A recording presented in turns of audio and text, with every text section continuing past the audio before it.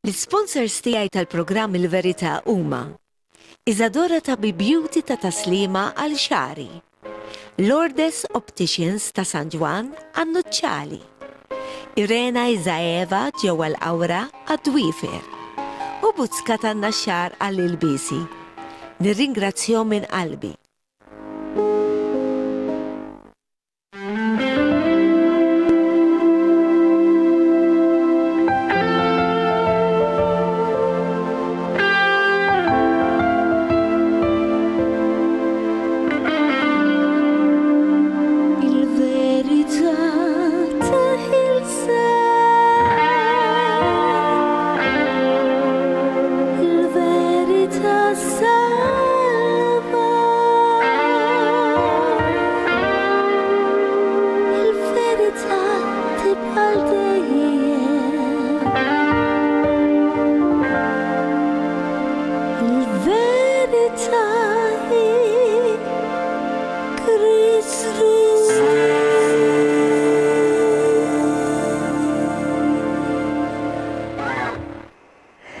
Eżis telespettaturi nilqakom għal 5 programm Il-Verità.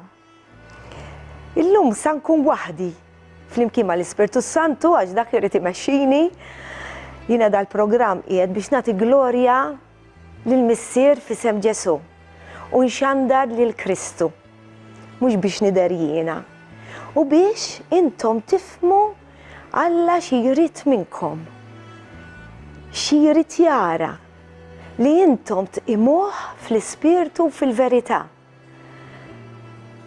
Ħafna jgħidu li jemmnu f'Ġesu, imma meta torihom Ġesu xi jrid minnhom jgħidulek imma m'hemmx imma ma' Alla, jew ħanemnuh jew le. Ġifieri mhux li nemmnu fih biss, irridu nemmnuh ukoll. Għalhekk ħallilna il-kelma tiegħu. Waħdi barra l-Ispirtu Santu għandi l-kamera person Manuel u l-direttur ukoll li mingħajrhom dan il-programm kieku ma jsirx u ta' dan nirringrazzjahom minn qalbi għax kull darba nkun irid insemmihom u dejjem ninsa. Aħfruli. Imma illum se nitkellem dwar l-idolatrija. Idolatrija mhux tal-istatwi biss. Imma anke meta aħna nġibu li xi ħadd tal-familja l-ewwel qabel Alla, jew it-tim tal-futbol tagħna qabel Alla, jew xi kantant, jew xi attur.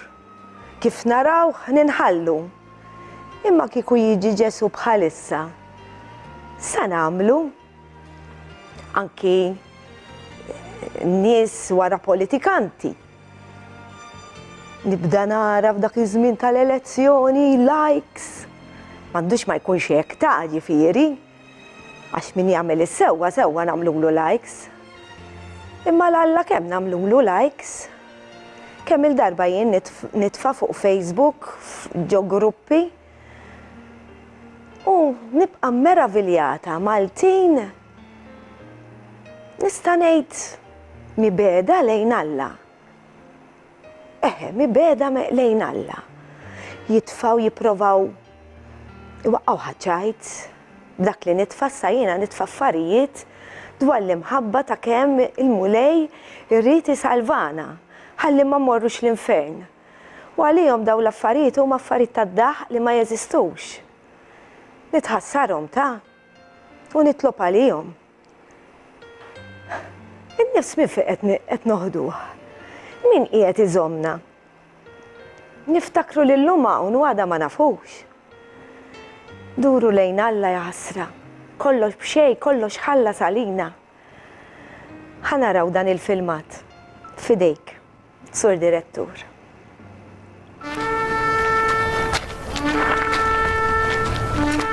It was almost time for the Passover festival, so Jesus went to Jerusalem.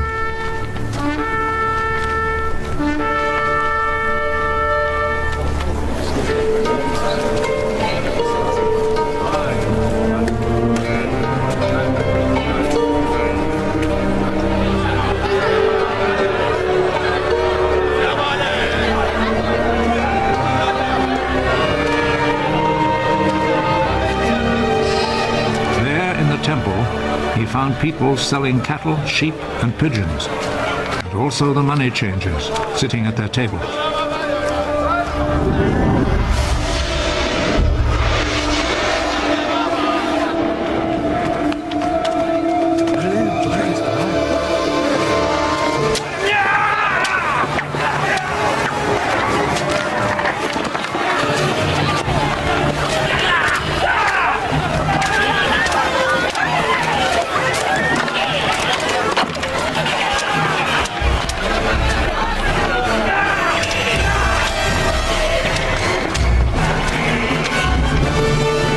A whip from cords and drove all the animals out of the temple, both the sheep and the cattle.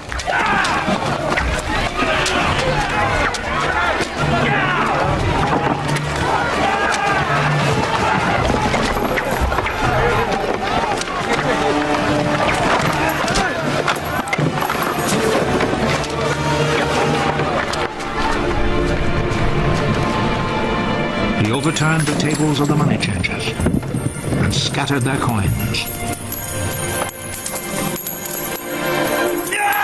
And he ordered those who sold pigeons, take them out of here!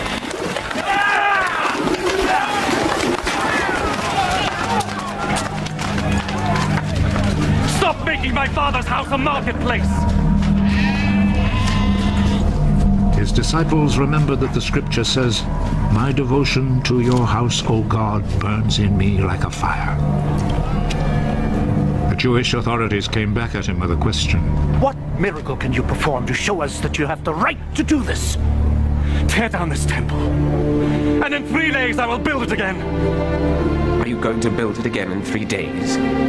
It has taken 46 years to build this temple.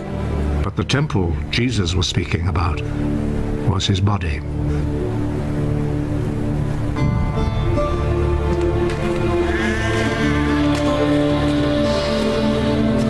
So when he was raised from death, his disciples remembered that he had said this, and they believed the scripture and what Jesus had said.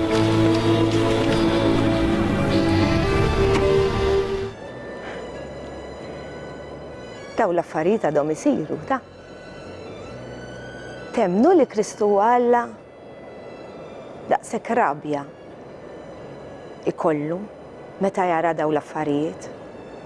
Għadni nara t-tombla jiena fuq it-suntir tat-tempju suppost li huwa ta' Alla, saħallija li t-tempju huwa tagħna għax hu jrid jgħix fina aħna t-tempju tal-Ispirtu Santu.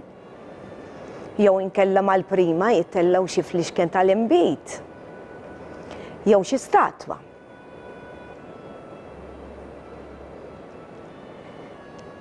Tibżgħu minn Alla, mhux għax kif naqbad ngħid babaw ta' Alla, imma li jkollkom din l-imħabba lejh. Ħanorikom xi tfisser ta' idolatrija għal Alla. L-ewwel nett irrid infakkarkom dejjem ġibu l-Bibbja tagħkom ħdejkom waqt dan il-programm ħalli titgħallmu tfittxu u titgħallmu wkoll tiċċekkjaw dak li qed ngħidilkom jiena biex taraw jekk kienx qed ngħidilkom il-verità. Irridkom tiffukaw fuq il-kelma t'Alla. Please, mhux fuqi. Għax meta taħat intaqgħu ma' Alla mhux se jsaqsikom fuq Felicien Brinkat. Sa jara xi tkunu għamiltu intom. Mela, ħammorru Ġwanni 14, vers żgħir. U vers 15, mela Ġwanni 14, kapitlu 14, vers 15. U Ġesu jgħid hekk: jekk tħobbuni, ħarsu l-kmandamenti tiegħi. Il-kmandamenti tiegħi suppost nafuhom, imma ma ġejniex mal-min kif suppost, għax wieħed mill-kmandamenti li sa naqralkom issa mhuwiex dak il-kmandament. Wieħed mill-kmandamenti li konna studjajna u meta mmorru l-mużew. Qiegħed barra da, ħallewh barra. Mela ħammorru Esodu 20 fit-Testament il-Qadim. qiegħed kważi fil-bidu l-Esodu, qiegħed wara Ġenesi. Kapitlu 20 minn vers 3. Ara x'jgħid Alla. Ma jkollkomx allat oħra għajri. La tagħmilx għalik suriet minn quxa u ebda ġbija ta' ebda ħaġa li hemm fl-għoli tas-sema, jew isfel fl-art, jew fil-baħar taħt l-art. Nista' ngħid hawn Malta għandna minn kollox minn dawn.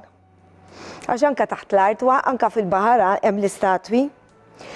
La tmilx qudiemhom, la tadurawhomx, għax jingħaqu il-mulej Alla tiegħek, Alla Ajjur.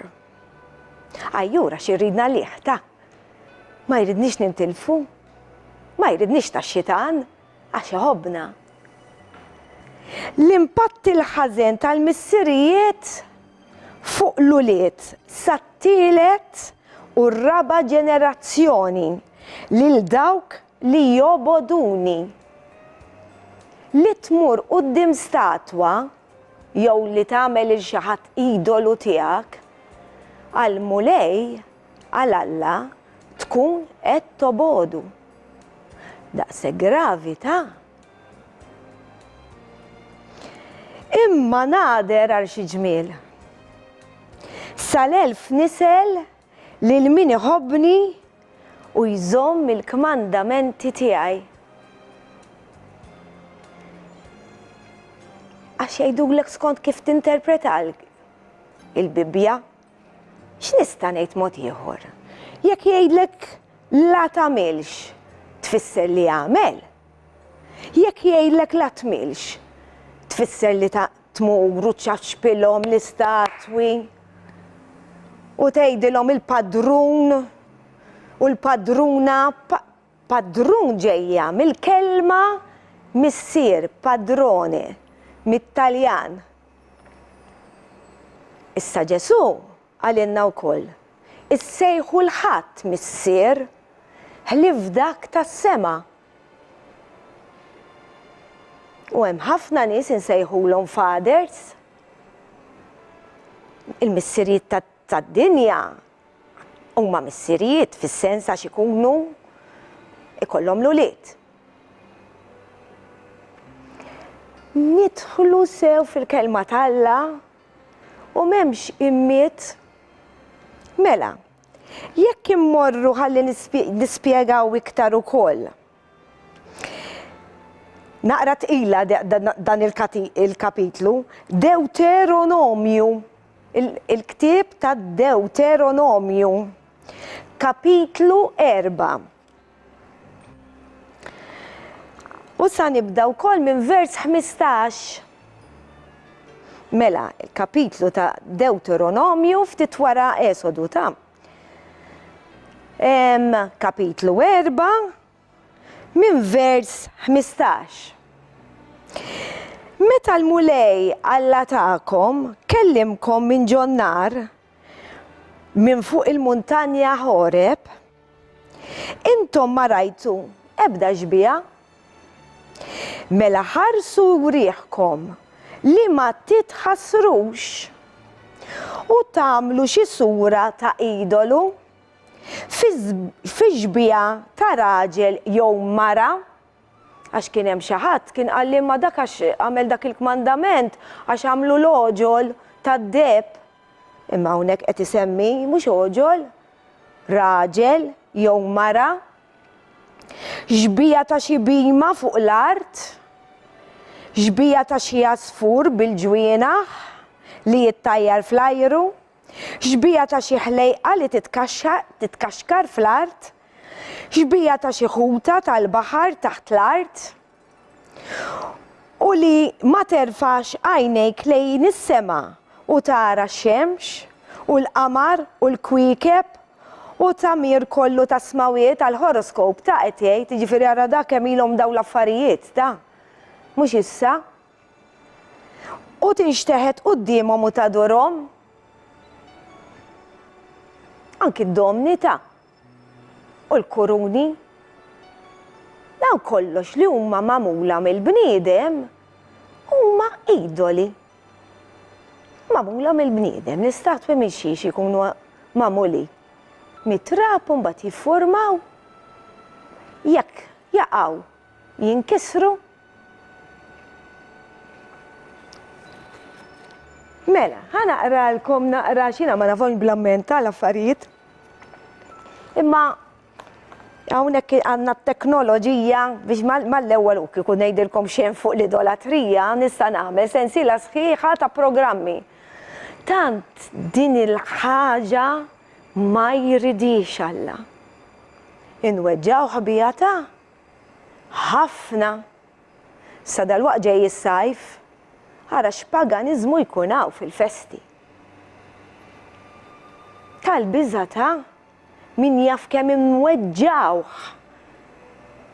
Ara kont spjegajtilkom jiena fil-programm ta' qabel li min imut ma jismanix għax mhumiex Alla huma. Min qiegħed fil-ġenna qiegħed ifaħħar lil Alla. M'hemmx kuntatt mal-mejtin. L-unika medjatur bejn Alla u l-bniedem huwa Ġesu Kristu biss. Għax hu jista' jkun kullimkien fl-istess ħin. Mela ħammorru għal Salmi 135. Mela. Ħalli noqgħod insibhom magħkom ukoll. Ħalli jiena fl-istess ħin ikun qed intikom ċans. Mela. Minn 15 ukoll inserta. Isimgħu din. Mela, Salmi 135 minn vers 15. L-idoli tal-ġnus mhumiex ħlief deb u fidda. Xogħol ta' id il-bnedmin. Xogħol ta' id il-bniedem. Għandhom il-fomm u ma jitkellmux. Għandhom l-għajnejn u ma jarawx. Għandhom il-widnejn u ma jisimgħux. Anqas nifs ma għandhom fim nifsejhom. Bħalhom ikunu dawk li jagħmluhom u dawk kollha li jittamaw fihom.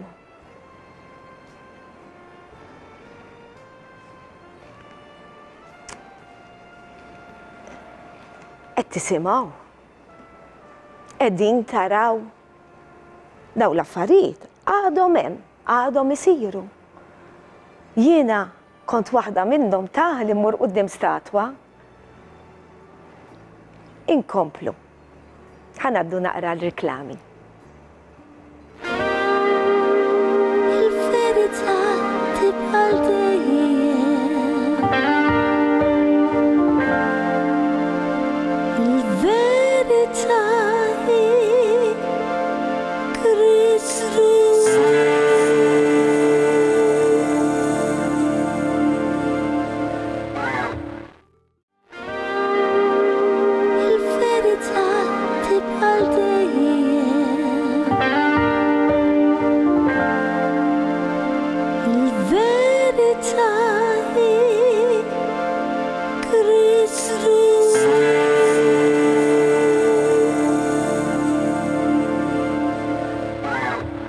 Nilqakom għat-tieni parti ta' dan il-programm il-verità li jekk ma lħaqtuhx mill-bidu qed nitkellem dwar l-idolatrija illum li għal Alla meta immur inġibu lil xi ħadd qabilna qabel Alla inweġġaw ħafna.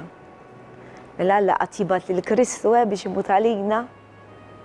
Mhux lilu għandna nfaħru, mhux lilu għandna nadoraw, mhux hu qiegħed kullimkien fl-istess ħin. Min sa jismana, min sa jgħinna, min sa jipproteġina. U għanna nitolbuh maħfra wkoll. U għanna naħfru lill-oħrajn ukoll.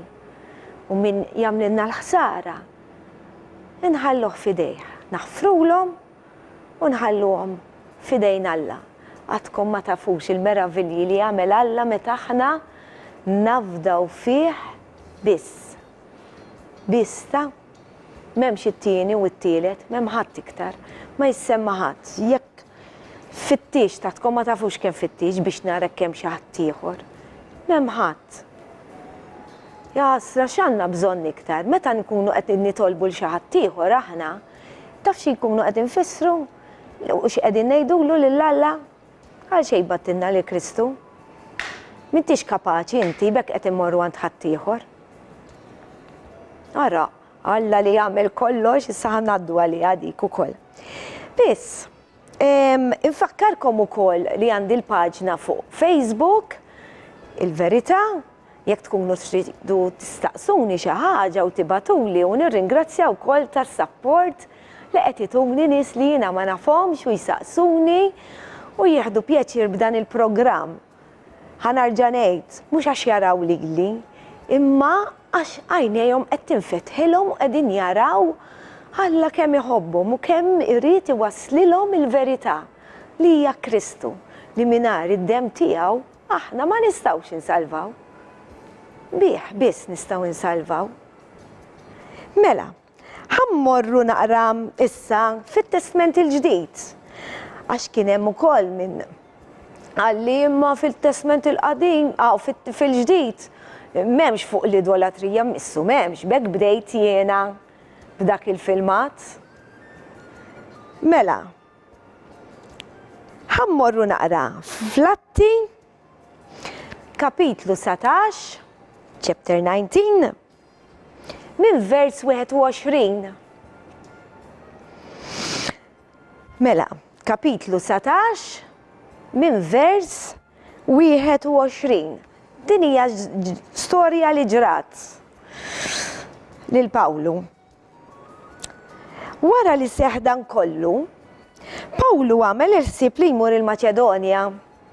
Il-Maċedonja mor darbtejn jiena, ma nistax nifhem kif ma tantx hemm Kristjani hemmhekk.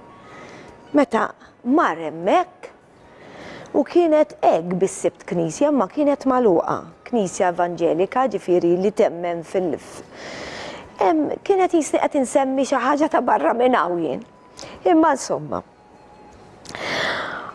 Mela, il-ħsieb li jmur il-Maċedonja u l-Akajja biex minn hemm jibqa' sejjer Ġerusalemm. Qal ukoll, wara li l-mur hemm jeħtieġ nara Ruma wkoll. Għalhekk batt lejn il-Maċedonja lil Timotju u lil Erastu, tnejn minn dawk li kienu jgħinuh. U baqa' ftit ta' żmien ieħor fl-Asja. Mela dik il-ħabta nqala nkwiet mhux żgħir minħabba triq tal-mulej. Kien hemm wieħed Arġentir jismu Demetriju li kien jagħmel mudelli tal-fidda tat-tempju tal-Artemi. Mela hawnhekk għandi nota. Artemi hija Alla mara tal-fertilità, din ilha ta' anke Ġeremija 7 u anka jekk ikolli ċans naqra ħielkom u anka kapitlu 11 minn Ġeremija. Din kienet Alla mara tal-fertilità ta' taħt forma jew oħra. Astart jew ixtar.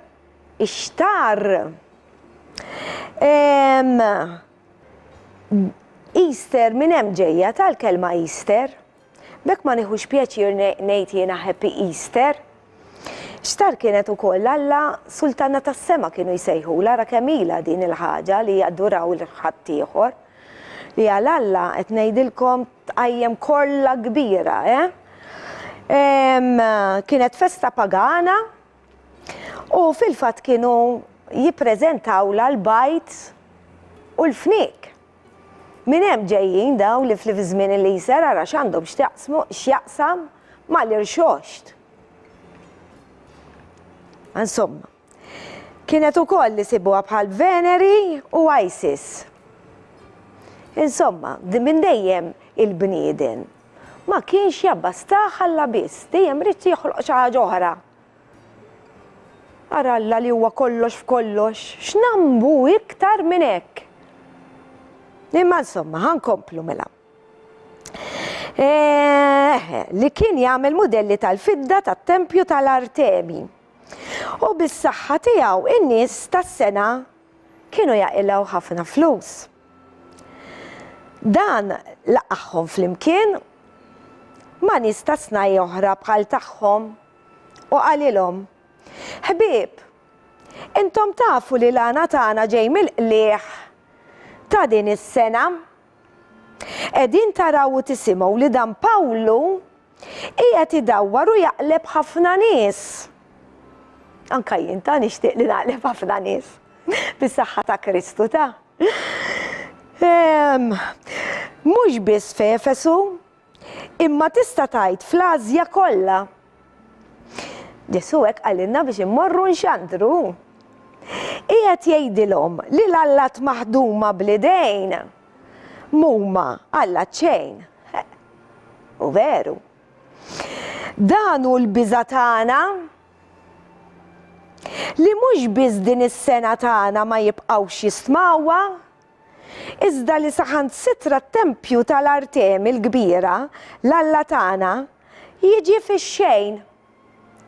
U fl-aħħar jiġri li tonqos il-glorja kbira ta' dik li meqjuma fl-Asja u d-dinja kollha. Ara kemm kienet inxteret din l-adolatrija. X'kien semgħu dan? Intlew bl-adab u qabdu jgħidu: kbira Artemi tal-Efesin. Daw l-affarijiet għadhom isiru, speċjalment fil-festi għaw Malta. Għamet taħwida fil-belt kollha u n-nies bġirja waħda tnejn għaw bġirja waħda telqu l-koll flimkien għall-anfiteatru. L-anfiteatru kien dak it-teatru. Hemm wieħed taqali wkoll. Dak li anka ikun imdawwar, it-teatru jkun open air u sound kien jinstema fejn jsiru anka drama, kienu rextar. U ikun hemm akustika kemm tkun barra, dak iż-żmien ma kellhomx il-mikrofons u hekk imma kien jinstema kollox. Fej wasalt, tlift fej kont. Jawni. U kaxkru magħhom lil Gajju u l-Aristakru, x'ismijiet dawn. Imma insomma, iż-żewġ irġiel mill-Maċedonja li kienu sħab Pawlu fil-vjaġġ. Pawlu rrid jidħol qalb il-folla, imma d-dixxipli ma ħallewx. Xi awtoritajiet tal-Asja ħbieb tiegħu batu jgħidulu biex ukoll biex ma jissugrax jidħol fl-anfiteatru. Ġewwa fost il-ġimgħa kien hemm storbju sħiħ. Ara naqra ta'. U dan kollox għall-flus ta'. Min kien jgħajjat ħaġa u min oħra u biċċa kbira nqas biss kienu jafu għalfejn inġabru hemm. Ġifieri kien hemm nies bdew jiġru jaraw daw in-nies kollha hemm u nġabru magħhom ukoll. Il-lut tefgħu lil Alessandru l-qudiem u xi wħud mill-folla femuh x'kienet il-kwistjoni. Alessandru għamel sinjal bidu biex juri li rrid jagħmel difiża quddiem il-poplu. Imma kif intefħu li kien ludi qabdu jgħidu l-koll bleħel wieħed. U baqgħu sejrin jgħidu għal madwar satejn sħaħ. Ara naqra ta' satejn sħaħ mhux ċajta. Għall-istatwa dan kollu. Kbira Artemi tal-Efesejn. Satejn sħaħ jgħidu hekk, statwa li hija magħmula mill-bniedem. U kif rajtilkom f'dak is-salm 135 li għandhom l-għajnejn u ma jarawx. Li għandhom l-idejn u laqas jistgħu jmissu, li għandhom l-imnieħar u ma jxommux, li għandhom il-ħalq u ma jitkellmux, għandhom is-saqajn u trid tġorrom. U jekk jaqgħu di żittajjena, jiġu frak. Insomma, Imbagħad uffiċjal pubbliku rnexxielu jsikket il-folla u qalilhom nies ta' Efesu. Minu dak li ma jafx li Efesu hija il-belt li tħares it-tempju tal-Artemi l-kbira u tax-xbija tagħha li waqgħet fis-sema. Dan ħadd ma jista' jmerih, tikompli magħhom. Mela għandkom toqogħdu bi kwietkom u ma tagħmlu xejn bl-għaġla. Mela, inħeġġiskom tkomplu taqraw l-istorja. U ħanaddu fil-ktib tal-Atti stess. Fil-ktib tal-Atti stess, kemm tmorru naqra lura. U ħammorru għal kapitlu 17. Min vers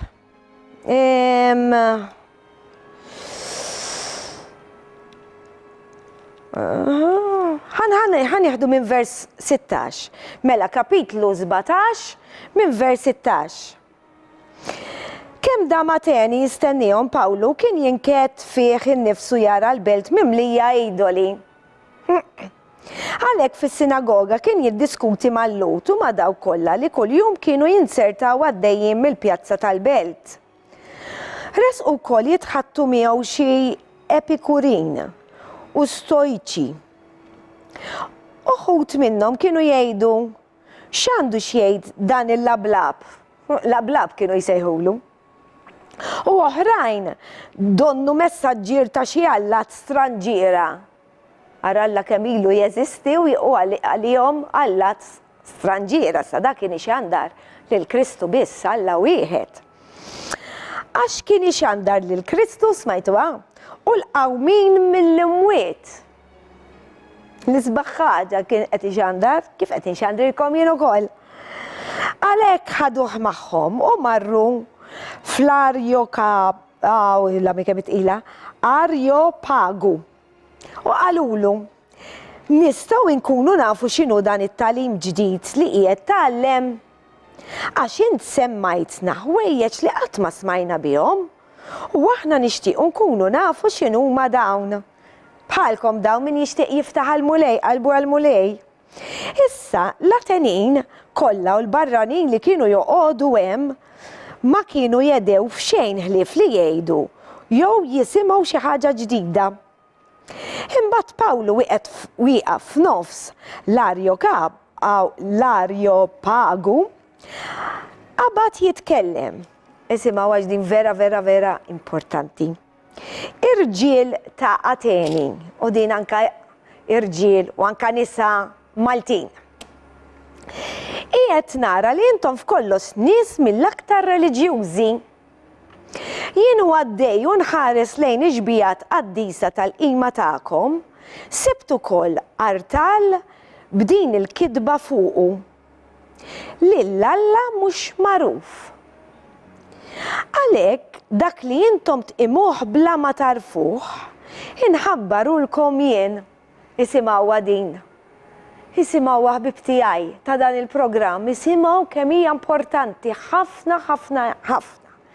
Għax fi ftit kliem Pawlu qiegħed jispjega Alla minnu u x'inhu u xi jrid.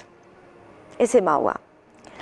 Alla li jagħmel id-dinja u kull ma fiha, mela mhux Big Bang kif jgħidu ħafna nies.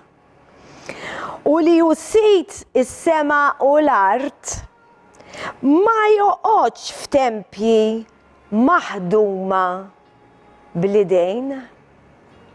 Sa naħsatkom ta' ħalli nġibkom naqra nseh.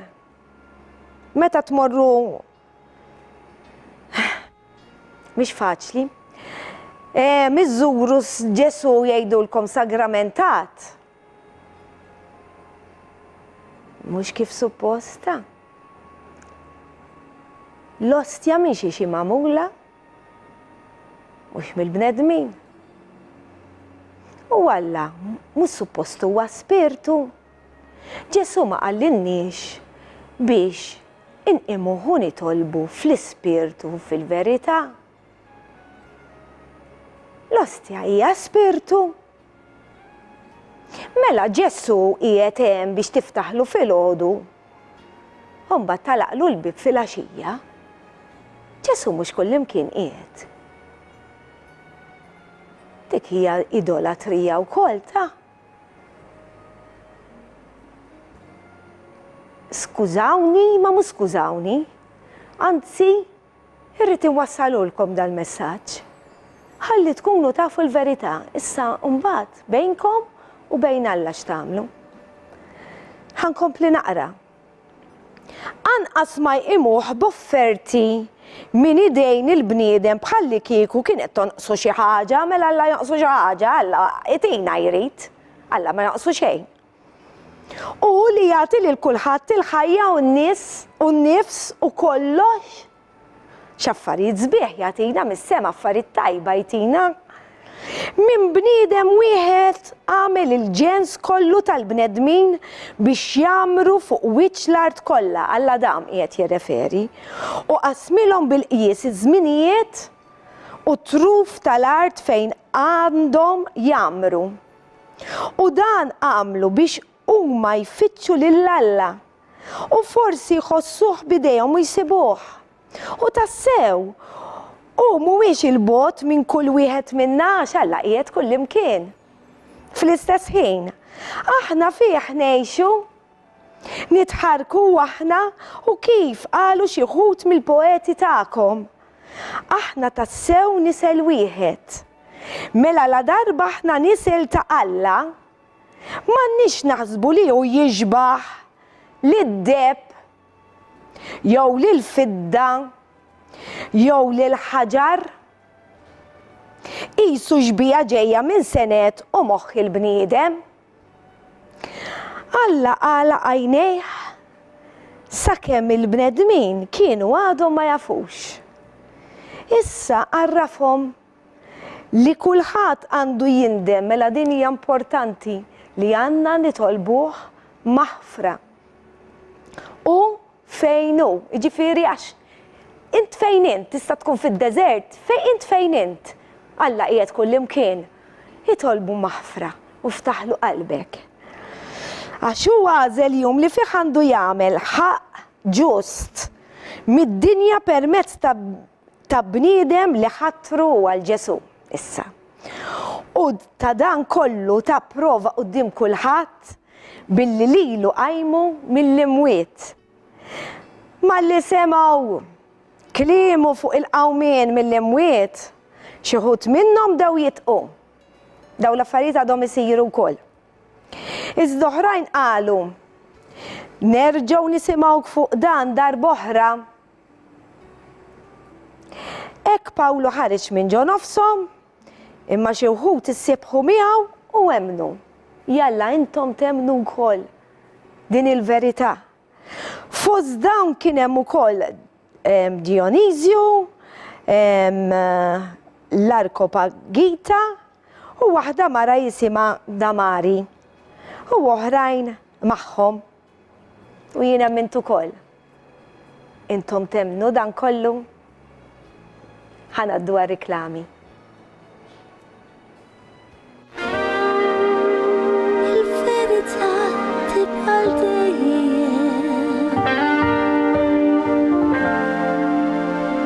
Il-verità hi Kristu.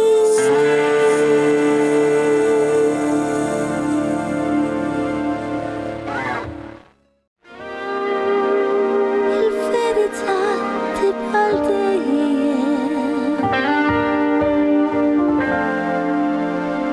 Il-verità hi Kristu.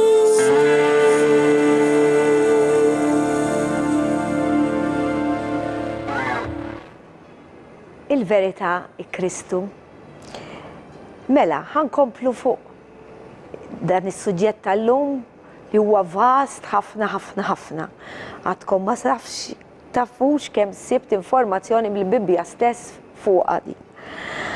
Għax tant il-mulej ma jridniex li aħna nippreferu statwa jew xi idolu tagħna, jista' jkun min ikun, anke tista' tkun il-familja, jistgħu jkunu l-flus.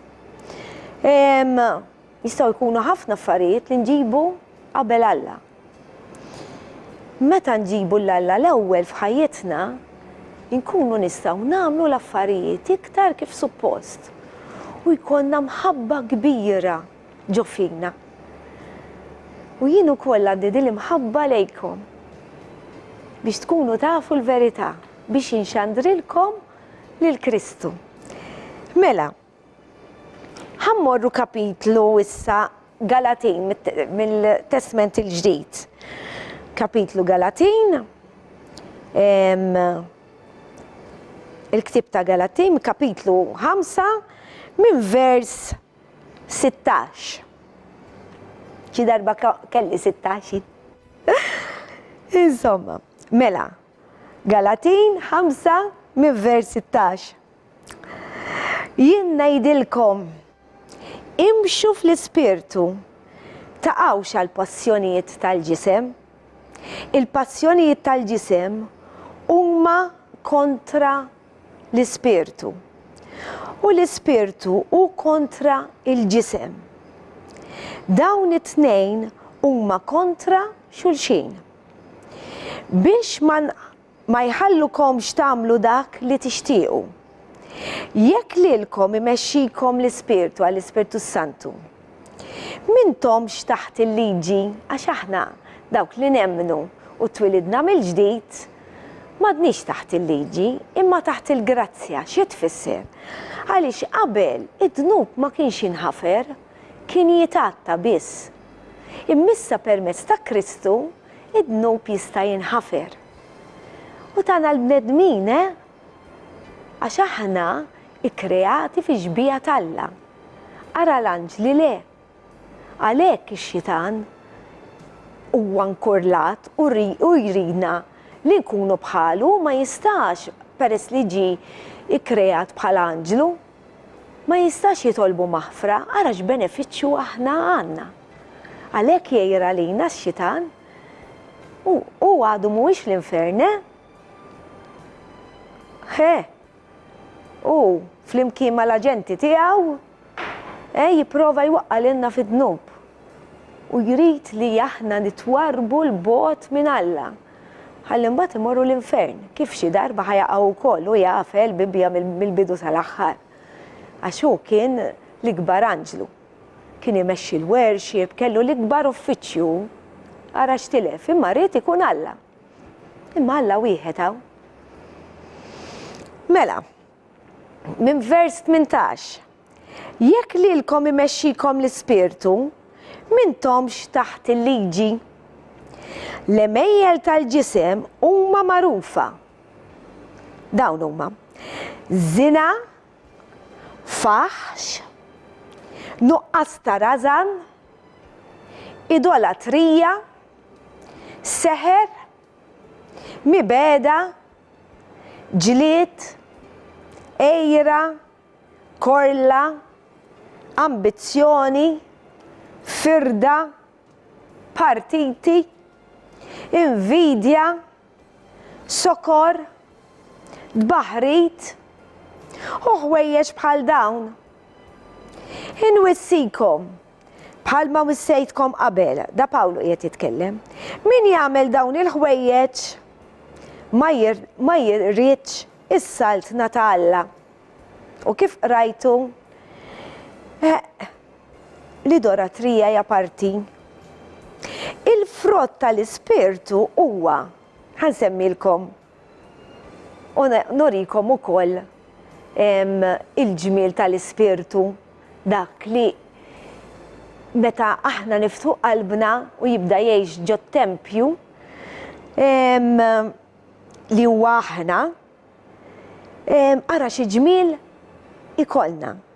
Mela, il-frott tal-Ispirtu huma l-imħabba, l-għena, is-sliem, is-sabar, il-ħniena, it-tjieba, il-fidi, il-ħlewwa u r-rażan mid-dnub. Kontra dawn ma hemmx l-ebda, m'hemmx liġi. Dawk li huma ta' Ġesu Kristu salbu il-ġisem bil-ġibdiet u l-passjonijiet tiegħu. Jekk ngħixu bl-Ispirtu, ħalli nimxu bl-Ispirtu, ma nkunux minn dawk li jfittxu il-ftaħjer firħaħ, ma nġarbux lil xulxin u ma nejrux għal xulxin. Ara xi ġmiel. Araw xi ġmiel. X'irridu iktar minn dan il-ġmiel tal-frott tal-Ispirtu Santu ġo fina. Kieku d-dinja, kieku laqqasaw mibeda, kieku mawx gwerer.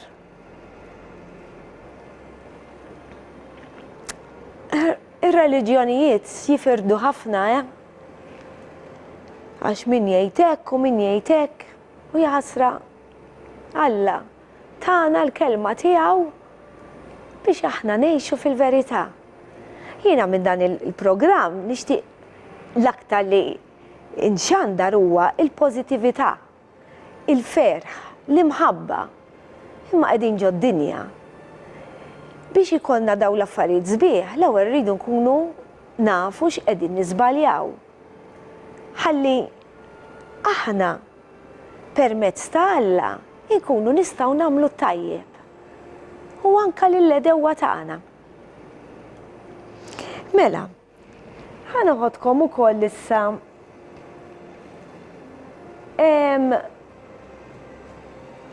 Ġeremija 11. Ġeremija 11. Dan qiegħed fit-Testament il-qadim. Issa jekk ma tkunux tafu wkoll fejn ikunu. Sintendi jkun hemm fil-bidu tal-Bibbja jkun hemm il-prefiss u taraw fejn ikun ġej. Ġeremija ġej qiegħed wara l-ktieb ta' Iżajja. Iżajja ktieb nistgħu ngħidu li huwa l-Bibbja mini Bible jissejjaħ il-ktieb ta' Iżajja għax hemm il-bidu sa tmiem. Ara taħsbu li għax il-Testament il-qadim jissejjaħ il-qadim huwa qadim ta' hemm l-affarijiet li jgħoddu għadhom sal-ġurnata tal-lum u hemm il-futur, hemm il-futur. Kif hemm ukoll il-futur fit-Testament il-ġdid. Mela ħammorru Ġeremija 11, kapitlu 11. Mela chapter 11 minn vers 12. Mela.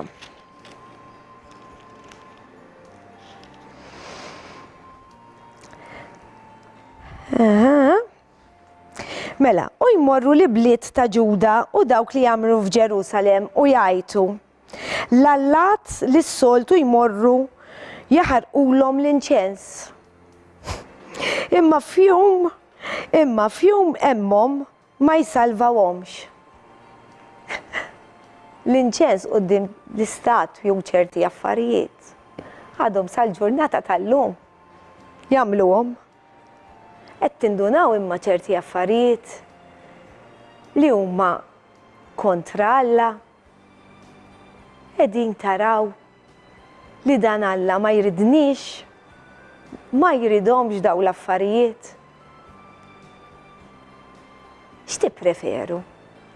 Mhux li jekk inkunu għaddejjin minn xi ħaġa ta' dwejjaq. Niftħu qalbna ma' Alla u nitolbuh biex isibilna soluzzjoni. Issa l-affarijiet mbagħad jibda jibatilkom in-nies u intom tridu tobduh. Il-parti tagħna rridu nagħmluha wkoll. Mela, naddu wkoll xi ħaġa oħra. Din illum għax hemm ngħidilkom il-verità. Ħanejdilkom ara kemm sibt jiena minn Ġeremija wkoll 11 hemm xi ħaġa oħra importanti. Ħanarek ma nsibix.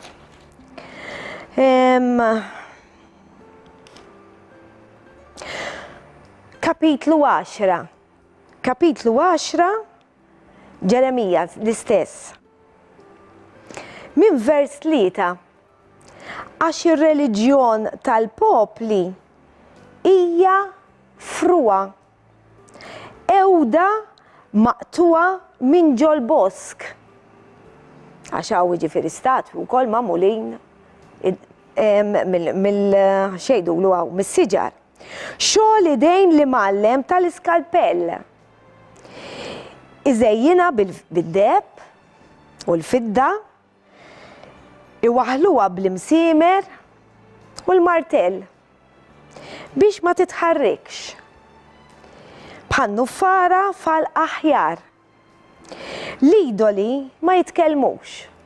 Diġà d-dinja għax hemm ħafna u jirrepeti, għadkom ma tafux kemm jirrepeti fuq din, tant ma jridix. Trid terfaħħom għax ma jimxux. La tibżawx minnhom, għax deni ma jagħmlux, x'intendi? Huma xejn. U ris fihom xejn. Ħatmu bħalek mulej, inti kbir. U kbir ismek f'qawwietu.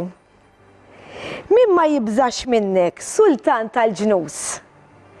Hekk jistħoqlok, għax fost l-orrif kollha tal-ġnus u f'saltnietom kollha, m'hemm ħadd bħalek. Nizboloħu bla moħħ, tal-infiraħ biċċa ewda, fidda maħduma miġjuba minn Tarsis u deb minn Offrir. Xogħol li mallem u l-idej l-arġertir, imlibsa l-vjola u l-iskarlett, kollox xogħol in-nies tas-sena. Imma l-mulej tas-sew u Alla, Alla ħaj u sultan ta' dejjem. Għal-għadab tiegħu titrijet l-art u għal-illa tiegħu il-ġnus ma jifilħux. Hekk għandkom tgħidulhom l-allat li m'għamlux ismewiet u l-art qatt jgħibu minn fuq l-art u minn taħt ismewiet. Għalhekk jiena nemmen fil-kelma tal-Alla, għax dejjem taqbel. M'hemm l-ebda kelma li tikkontradixxi l-ebda kelma oħra fil-Bibbja, kollha taqbel. Ħammorru għal Ġeremija l-istess ktieb. Ġeremija 7, kapitlu 7 u minn vers 16. U int titlobx għal dan il-poplu, tollix leħnek u titlobx għalihom, tidħolx għalihom qudiemi għax ma nisimekx. Dan Alla ta' ma tarax x'inhu ma jagħmlu fl-ibliet ta' Ġuda u fit-toroq ta' Ġerusalemm. It-tfal jiġbru l-ħatab, il-missirijiet iqabdu n-nar u n-nisa jaġnu biex jagħmlu l-ftajjar għas-sultana tas-sema. Daw l-affarijiet għadhom isiru ta' fil-festi hawn Malta. U jsawbu l-libazzjonijiet lill-Alla oħra biex jinkuni. Kunu qegħdin ninkuh lill-Alla ta'. Huwa lili li jinku oraklu tal-mulej. Jew lilhom infushom qegħdin jinku għall-mistħija tagħhom. Għalhekk dan jgħid Sidi il-mulej, araw, il-qilla tiegħi u l-għadab tiegħi jissawbu fuq dan is-santwarju, fuq in-nies u fuq il-bejjem, fuq is-siġar tar-raba u fuq il-frott tal-art, jixel u ħadd ma jitfih. Tridu daw l-affarijiet tajt li jiġru fuqna. Li nqajmu din il-korla lill-Alla. Ġesu qal jala għajnej għal dawk li għadhom ma semawx. Immissa qegħdin tisimgħu. X'nammu il-ħaddieħor aħna? Għalfejn għandna nsifru biex nitolbu biex ħalli nfiequ. Meta Alla qiegħed kullimkien fl-istess ħin. Kemm nitolbuh kif għallimna Kristu? Dak li titolbu lill-missier f'ismi jiena talkom. Giddib Ġesu. Għax meta mmorru għand ħaddieħor, ikunu qed ingidbuh aħna. Qegħdin ngħidulu ma nibżonnok. Ħadd minn permezz ta' Ġesu biss nistgħu naslu għand il-Missier. Ħadd iktar.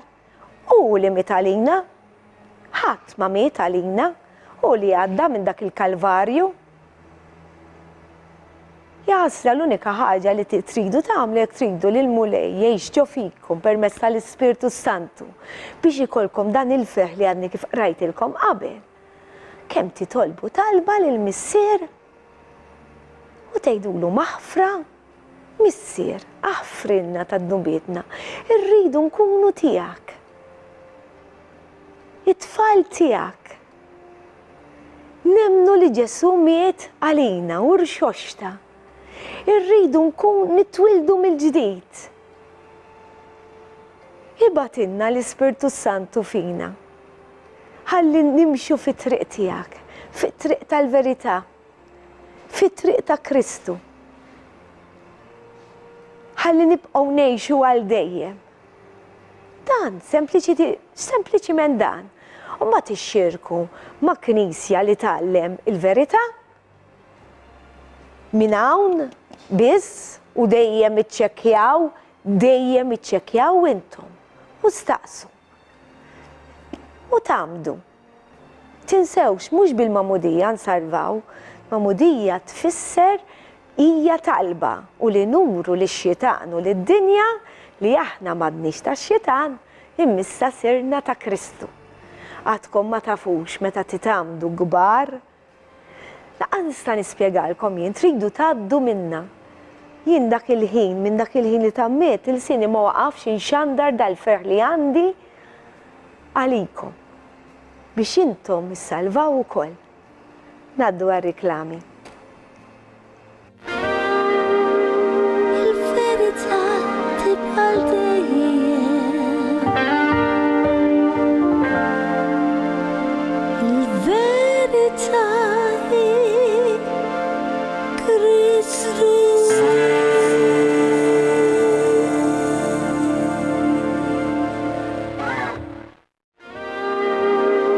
Il-verità tibqa' dejjem. Il-verità hi Kristu.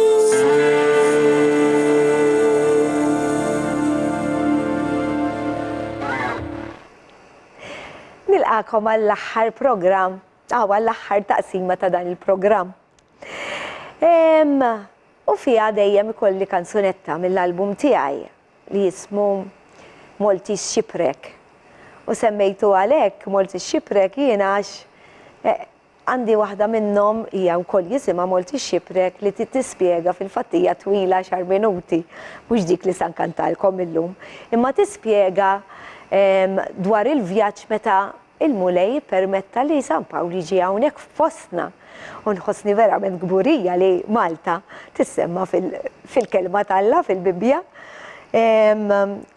U di li jkun hawn ħafna nies jgħidu li peress li tafu intom Facebook kemm huwa internazzjonalment ikollok kuntatti anka ma' nies oħra u jsaqsuni Malta fejn hija għalkemm issa Malta saret magħrufa ħafna. U din il-kanzunetta li se nkantalkom issa jisimha Seekers. Seekers għal dawk li għadhom qegħdin ifittxu. Fil-fatt fil-bidu qed nispjega Ġesu x'għamel għalina minnu li huwa d-dawl, li huwa il-master tiegħi, imma fl-istess ħin huwa l-ħabib tiegħi wkoll, huwa ħija, huwa Alla tiegħi, huwa kollox. Dak li huwa ġmiel. Imma mbagħad noħodkom f'ħafna affarijiet, ħafna reliġjonijiet li l-Budda mu sa jeħlisna. La permezz ta' swat għaw min għadu jagħti fuqu biex joffrihom sagrifiċċju ħasra. Diġà sar permezz ta' Kristu. M'għandniex għalfejn nissawtu aħna ħallas kollox hu. Li la biswat maħna sa ninħelsu, la bl-ilma mbierek, ma jeżistix bħalissa għaddejjin fid-djar biex nidbirgu d-dar. Tidbirek billi nitolbu lill-Alla, il-Missier, birkilna d-dar u birek lilna. Kull jum u kull ħin u kull moment nistgħu nagħmlu għadin f'isem Ġesu. Mhux bl-ilma mbirek, bl-ilma mbirek, hemm imkien li Ġesu uża l-ilma imbirek. Ġesu l-isem tiegħu di hemmhekk, fl-isem tiegħu hemm il-qawwa. La bdaw l-affarijiet, la billi tmur għand xi medium. Jew biex tkun taf fil-futur. Mhux bdaw l-affarijiet, imma insalbaw biss bid-demm ta' Kristu. Għax fih hemm il-ħajja. Fih biss. Mela ngħaddu għall-kanzunetta li jisimha Seekers.